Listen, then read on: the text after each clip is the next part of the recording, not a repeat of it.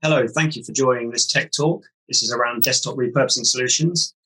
My name's Matt Evans. I've been with VMware for nearly 5 years now, and I'm a lead solutions engineer. With me today, I've got Darren. Hi, I'm Darren Hirons. I work alongside Matt as a lead solutions engineer at VMware. In terms of what we're going to run through today, is we're going to look at this project that we've been doing for the last 3 years around repurposing desktops. We'll take you through the various vendors that we tested and look at how they all sort of stacked up against each other. In terms of the project itself, Darren and I, like I said, have been working on this for 3 years. What we've been doing is testing the various different vendors available in the market and looking at how you convert existing hardware like PCs or laptops into kind of thin clients. We look at the conversion process. We look at how they sort of performed, which version of the Horizon client they had on them, and things like what their power consumption's like. The data we've gathered, we've used, we've shared at various different VMUG events. We've done online presentations, recorded it, and put it all up into YouTube. So if you want to look back at some of the work we've done over the previous years, the links are there on this slide for you to go back and review that. In terms of the test devices that we've used, this last year has been a little bit more problematic, as I'm sure you can all imagine. So the actual hardware we used for the original 2 tests, we weren't able to get hold of. The hardware was in the office, so we weren't able to get it. So this time round, we used hardware we could get our hands on or virtual machines to do the testing. The hardware I used this second time round, I only had access to a Dell Latitude E6400, which is about 12, 13 years old. So in some cases, that caused a few problems. And in those cases, we used virtual machines to do the testing. In terms of the different vendors out there, there's quite a few in the market. So there's probably a few in there that everyone's familiar with. There's probably a couple in there that maybe you haven't heard of before. We've done our best to test all of them. So we've looked at Atrust and Igel and Neverware, Dell, for example, StrataDesk.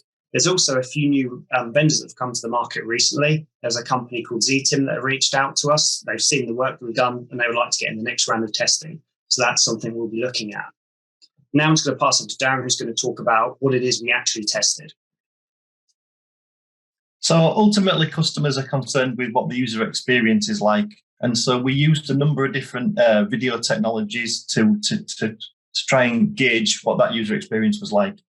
So we used a couple of NVIDIA demos called Aquarium and New Dawn. We used a standard YouTube video, and we used a Windows Media video file as well. So we used all those as part of the testing. And all the video that we captured from all the different vendors, repurposing solutions, is all available in the YouTube videos that we'll share the links for. Thanks. And just to be clear, so everyone's fully aware, a Horizon product supports multiple protocols. So we did do a lot of testing with Blast and Peace over IP. So it wasn't just with one of the particular protocols. And we'll hopefully get into some of that results as we go through the vendors. One slide I just wanted to add is that over the last year or so, the naming convention and the version of the Horizon client has changed. So I just want to put this slide up here so that when you see references to the version of client that a particular vendor has got into their software, you can kind of relate to when that was released, whether that's the latest client, whether it's kind of N-1 or N-2. So we just thought that this would help with the kind of the naming conventions and understanding the version of clients that are in there. One final thing before we get into the particular vendors is that we did also look at Workspace ONE as well. So the majority of the testing we did was around Horizon, so looking at virtual desktops and virtual applications. But we also looked at the browsers built into the software so that we could see how Workspace ONE performed. So first up, I'm going to pass over to Darren, who's going to talk about some of the work we did with Tenzing. And just a point of note that the vendors here are in alphabetical order. We've not put them in any particular order as such. It's purely alphabetical. To you, Darren? Yeah, thanks, Matt. So, as Matt said, we started this piece of work back in 2018, and as you can see, you can see how we've arranged this on the screen, so you can compare the different years of testing. So you can see, for example, that the power consumption on the Tenzing repurposing tool did increase from 2018 to 2020. You'll notice that there's no data in for 2021. When we contacted and reached out to Tenzing, they told us that there was a delay in them releasing an updated version this year. They'd been focusing on their hardware solution rather than the software one. So that's going to be coming out later this year, and we're going to be testing that in next year's results. you're looking at the data that we've got previously, though, you can see that it's pretty strict. It's pretty similar from 2018 to 2020. There's obviously the increased version numbers that you'll notice. So the Horizon client, for example, went up from 4.8 to 5.3, and the browser versions were updated as well. The imaging time and boot time for this particular solution were pretty much consistent between the years. And we'll get back onto that when we get to next year's results. We'll see what the new version looks like. One thing I should probably add into that is that the costs that we've put at the bottom there were at the time of the testing. So those costs in the 2018 slot and respectively 2020 are the costs there. Obviously, what that could be today could be different, but that's what it was at the time. That's what we recorded. In terms of the next vendor is a company called Atrust. They have a solution called P2T. With them, similar story to Atrust, really. This is a Linux-based solution. The imaging time was pretty similar across the board. I found the general performance was pretty good. In terms of releases, in the more release version, you can see that there's now a Chromium browser in there and not just Firefox. And they're up to 5.5 of the Horizon client. So not to criticize, but obviously that's a few versions back. But still a pretty up-to-date version. And from a power consumption point of view, pretty low in terms of compared to some of the others. When the device was just idling, it was around 12 watts. And when it was actually being used to access Workspace ONE and Horizon, we're around 26 watts. When I retested this year, because of I was running on a different hardware and I didn't have the correct power supply, the sort of numbers around power consumption were really skewed. So we didn't think it was fair to include those. But as a whole, a pretty solid product and a pretty solid solution from Atrust.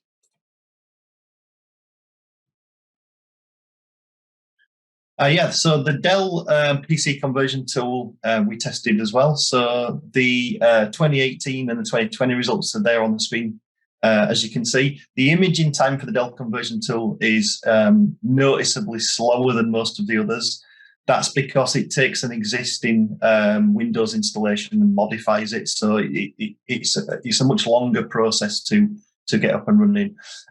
Once it's up and running, it's a slick solution. The performance is good. The one key point to make is that it doesn't have a Horizon client version that's deployed with it. It just takes whatever Horizon client is actually on the operating system at the time. So you can actually choose whichever one you want.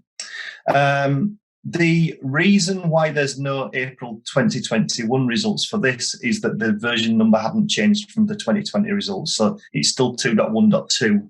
So the results in the middle column are still applicable for this year. Thanks. One thing I did like about the Dell software was that whilst it adjusts that existing Windows 10 image, from memory, it also laid in a write filter as well. So that helped protect the operating system, doesn't it, from users making changes? It does, correct. I guess very similar to their thin clients. Up next is Igel. So Igel has been tested across all 3 years. Igel's been in the market for a long time.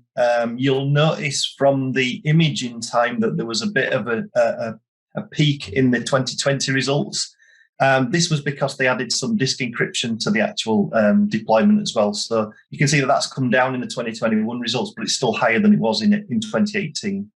The boot time's pretty consistent, so it's pretty fast. And you'll notice that in the latest round of results, they've added the Google Chrome browser as well. The Horizon client is also quite up to date, 2012. You've got to remember that these results were done in April. So when we're at the time of recording this, the newer versions might be available. And as Matt said a couple of slides ago, we didn't test the power consumption in the 2021 results because for example, I tested the Igel one on a virtual machine, so it wasn't possible. So up until this point, other than Dell, all the solutions have been based on Linux, which is pretty common for sort of desktop repurposing, thin client type solutions. But there's one vendor in there, which is Neverware, which have a Chrome-based solution.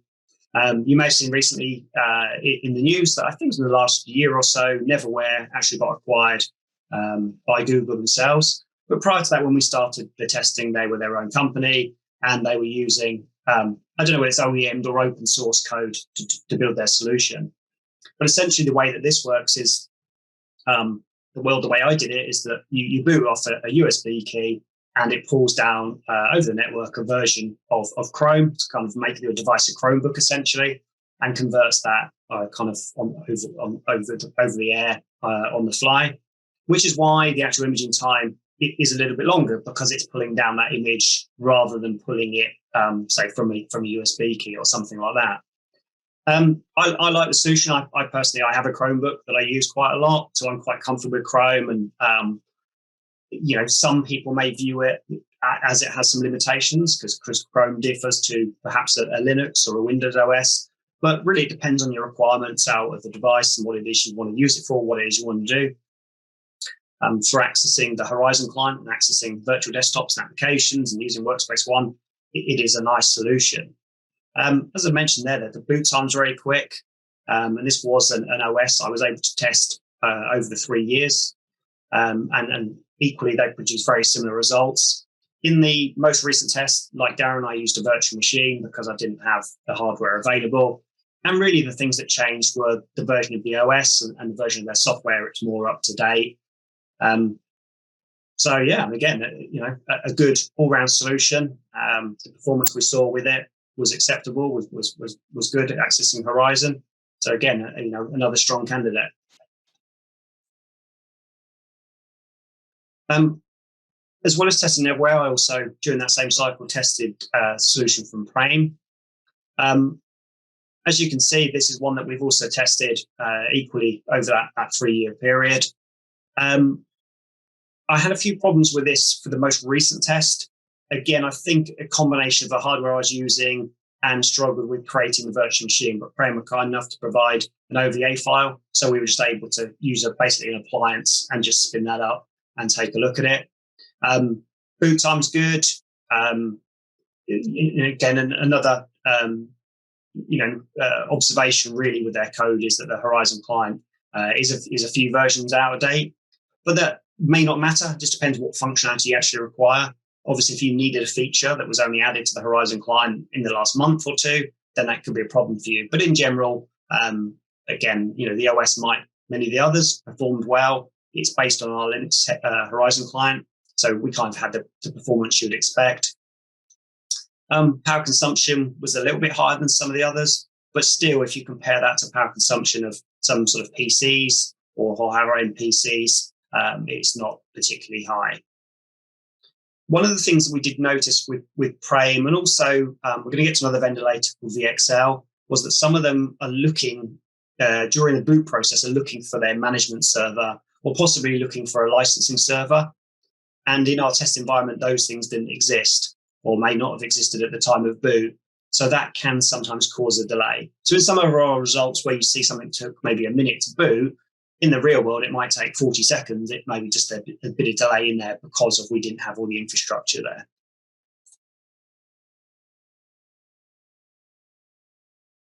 Would you, Darren?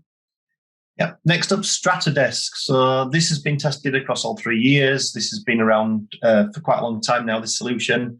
The hardware requirements are quite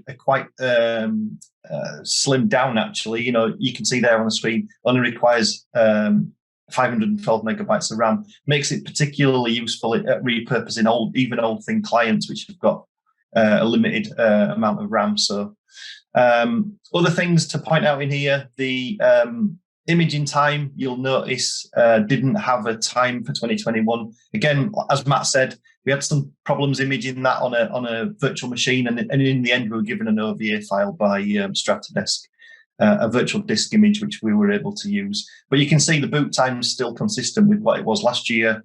They've added some updates to the browser versions, and they're more up to date. And they had, at the time, they had the most up to date version of the Horizon client, which was 2103. Obviously, again, like the others, because we were testing on a virtual machine, we weren't able to test power consumption this time around.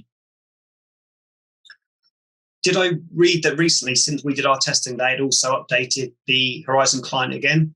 Yes, there was a public. So about 3 weeks ago, the Horizon 2106 came out, and within a week of that coming out, StrataDesk did release a new version of their code with a 2106 client. So they're the first vendor that have released that new client that I'm aware of. Okay. So, yeah, I mean, I guess things like that could be important because I think Linux client added the Teams support, didn't it, for Linux? So things like that. Yeah. So I guess that's a point of note for people watching this, that if they are looking at solutions, they need to weigh up. I guess those vendors sort of release cycles, stroke roadmaps to see when they're going to get the features that maybe they require. So next up is another Windows-based solution, essentially. So this is the second one. Obviously, you've got Dell in there first. What ThinScale do is slightly different in the way that the Dell solution kind of layers on top of the OS and adds that right filter and goes through quite a long cycle of kind of doing the rebuild. ThinScale was more of a kiosk. So it almost just kind of layers on a piece of software, which installs in a minute or two on top of that Windows OS. And then basically gives the administrator the ability to remove applications, remove shortcuts from the desktop, and essentially lock down the operating system so that when the user logs in, they have this kiosk window, and in there they have a shortcut, possibly to a browser, possibly to Horizon, and maybe to other local applications if you wanted. It's a very nice solution. The reason we didn't test it in 2020 was because it was just a kiosk. And I don't want to do it discredit saying just because it's a kiosk, but it didn't really add huge amounts of additional functionality that were relevant to the testing we were doing. As the user, we installed the Horizon client. So we didn't retest it because it's not as if they're packaging up the Horizon client for us or anything like that. So the Horizon client you're going to have on a ThinScale solution would be the version you install. So if we install the latest of 2106, I layer on the ThinKiosk software, and then I would configure the desktop to allow my users to have access to say, Horizon and a web browser, and that's all they would have. So they are going to get that functionality that you give them. There are third-party tools that could be used for management of the OS. So, for example, Workspace ONE UEM could manage that Windows 10 operating system. You could then use that to push down software like Horizon and do browser updates and do updates to the Horizon client. So it is a manageable solution, but equally they also have their own management software, which allows you to manage that kiosk element and the configurations of that kiosk. As a whole, it was a nice solution. The performance was as good as I'd expect because it's the latest Horizon client. And when we tested it, it's a reflection of the hardware that you're running on. But as a whole, it was a nice solution. Very quick to install the software. And the boot times really is as quick as the virtual machine we tested on or as quick as the hardware we tested on.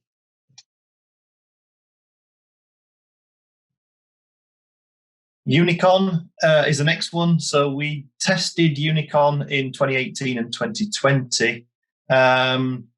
We did, Matt, remind me, did we have some issues in 2021? I think you tested this one, right? Yeah, this was where we sort of fell foul again to the hardware we were trying to test with. Yeah. The laptop I had, I think, like I say, it's like 12, 13 years old. And I just had real struggle to get it installed. And also I had a couple of problems with the VM as well. And I think we just kind of ran out of time. We, doing this in our spare time, aren't we, really? So yeah. We just kind of run out of time on that one. Yeah, you can see from the existing results, though, the imaging and boot time pretty consistent. The Horizon client was pretty up to date on the release for 2021. It was 2006, so it was within the last 12 months. So not too bad. And you'll notice that the last time we did test it, there was a pretty big reduction in the power consumption as well. So it'll be interesting to see when we test again next year if that's consistent into 2022. Because obviously when the bigger your estate of thin clients or your repurposed clients, the more power you can save, the better. And then the final vendor we tested was VXL, which is another Linux-based solution. So I think in total it was, 7 Linux solutions, 2 Windows and 1 Chrome. So Linux really is sort of the OS of choice when it comes to desktop repurposing. Like many of the others, similar times, but you can see that the imaging time was a little bit longer. But as we mentioned, it was different hardware, so it's not really a fair apples for apples test. Likewise, the boot time was increased. But I think really with this, I fell a little bit victim to this scenario I mentioned earlier, where it's going out and it's looking for a licensing server, or it's looking for the management software, which I didn't have in place. So sometimes there's a delay in there. Again, like some of the others, a bit of an older Horizon client, but as we keep sort of reiterating, that may or may not be an issue for you. It depends really what you're kind of connecting back to, what functionality you require. And for that one, again, because I was running on this older hardware, it wasn't fair to look at the power consumption as we had done for the previous years and for all the previous vendors. But as you can see, from 2018 to 2020, like some of the others, we also saw that drop. I kind of had a feeling that a lot of these vendors would produce the software, maybe without giving much thought to power consumption. And then as life cycle and R&D went on, those were some of the things that got looked at, because we certainly noticed along the way that many of the vendors decreased their power consumption.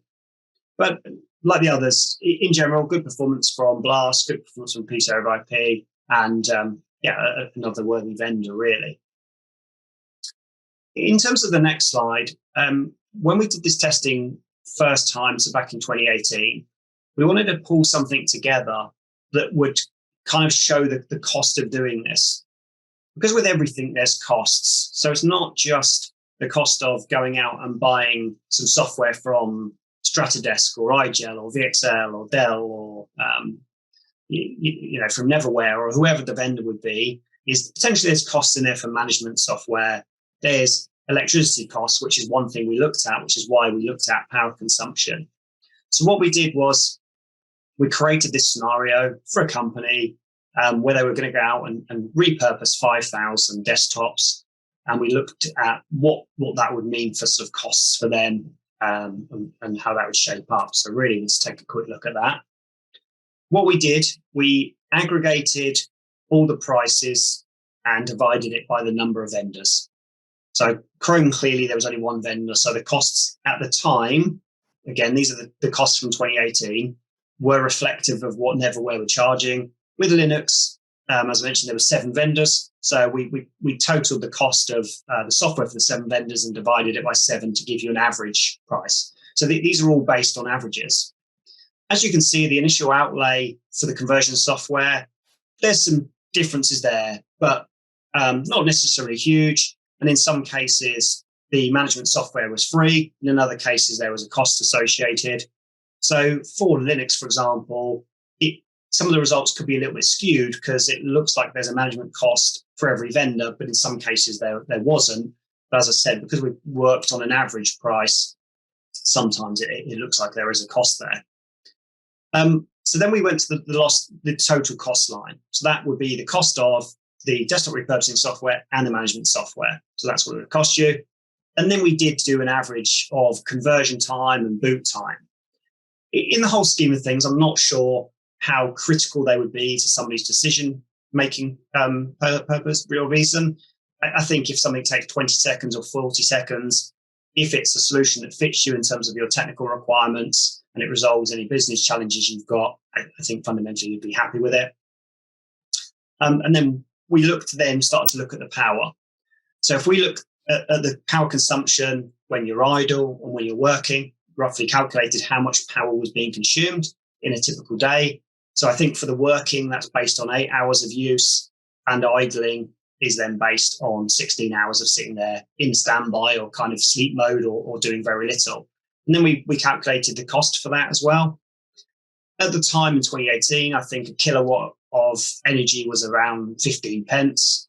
And now I think it's sort of 16 to 18, depending on what you're looking at. But this is based on 15. So if you look at the cost of licenses for 5,000 licenses, and then that shows you what your outlay would be for there.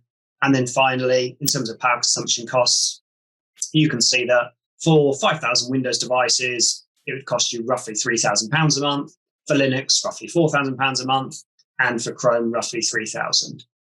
Again, since we did this, things have changed. Power consumption has changed. Other economical factors have changed. Cost of electricity has changed. So this isn't particularly valid anymore, but I would imagine that the results would be similar if we ran it today.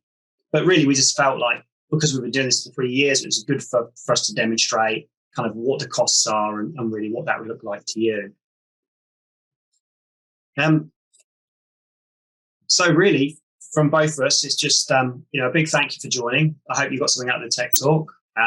There's plenty of other good sessions there. Please feel free to watch some of those as well. As we mentioned, we have done previous recordings, so they're available via the links earlier in the slides. So if you have a chance, feel free to go back and watch some of the previous sessions and see some of the previous videos. Thanks again for your time. Thank you.